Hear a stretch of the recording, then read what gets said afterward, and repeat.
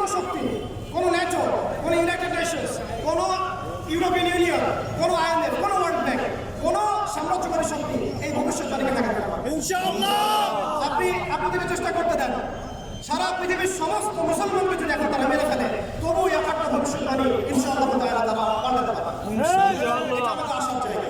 এটাই হচ্ছে চূড়ান্ত বিজয়। এবং ঈসা আলাইহিস সালামের হাতে আগামী 40 বছর লিখে রাখেন আপনারা, এরপরের 40 বছর ওই বাইতুল মুকাদ্দাস থেকে সারা বিশ্বে ইসলামী খিলাফা কায়েম হবে ইনশাআল্লাহ। এই খিলাফা শব্দটা এখন রাজনৈতিকভাবে আপনারা নিতে পারেন না, হজম করতে পারেন। আমি জানি আপনারা জানেন না, অনেকে এটা অজ্ঞতার কারণে হতে পারে, তারা হয়তো জানেন না, আমরা জানাতে এসেছি।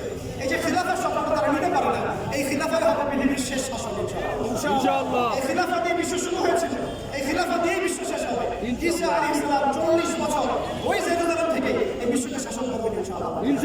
এটা লেখা হয়ে গেছে, এটা কেউ চেঞ্জ করতে পারবে না। এখন মাঝখানের এই সময়টুকুতে জায়নিস্ট আসলে কি করেছে এবং আমরা কোন জায়গায় পিছিয়ে গেছি এবং আমাদের করণীয় কি হতে পারে, এটা আমরা আমার কথা শেষ করি। এক কথায় দেখুন, জায়নিস্ট মুভমেন্ট গঠন করার পরে তারা সর্বপ্রথম, ভালো করে খেয়াল করেন, তারা সর্বপ্রথম একটা ঐক্যবদ্ধ প্ল্যাটফর্ম এনেছে।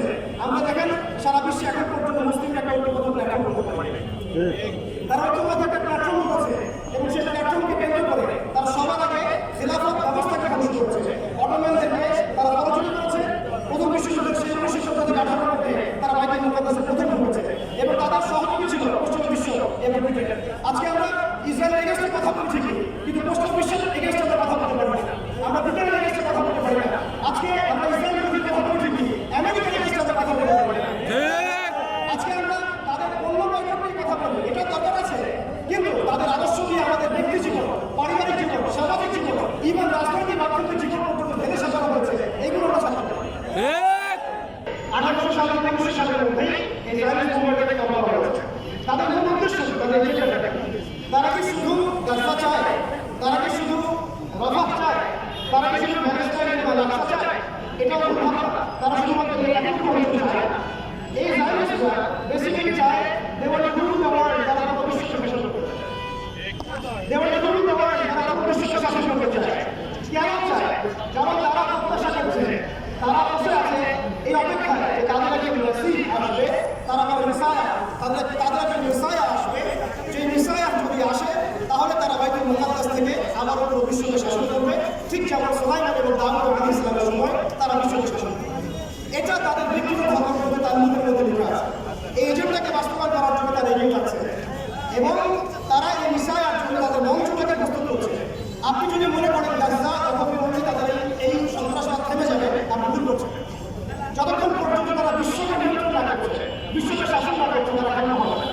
এবং তাদের মূল রাজনৈতিক অটোনমি এবং ভোটের ব্যবস্থা কি হবে সেটাও তারা নির্দেশ করছে। তারা চায় পুরো হোলি ল্যান্ডটা দখল করতে। এখন আপনি প্রশ্ন করতে পারেন যে ভাই হোলি ল্যান্ডটা কি? উত্তর হচ্ছে হোলি ল্যান্ড হচ্ছে সেই জায়গা ইরাকের ইউফ্রেটিস নদী থেকে শুরু করে মিশরের নীল নদ পর্যন্ত। আই রিপিট, ইরাকের ইউফ্রেটিস নদী থেকে শুরু করে মিশরের নীল নদ পর্যন্ত এই পুরো জায়গাটাকে বলা হয় হোলি ল্যান্ড, অর্থাৎ পবিত্র ভূমি, আরদুল মুকাদ্দাসা।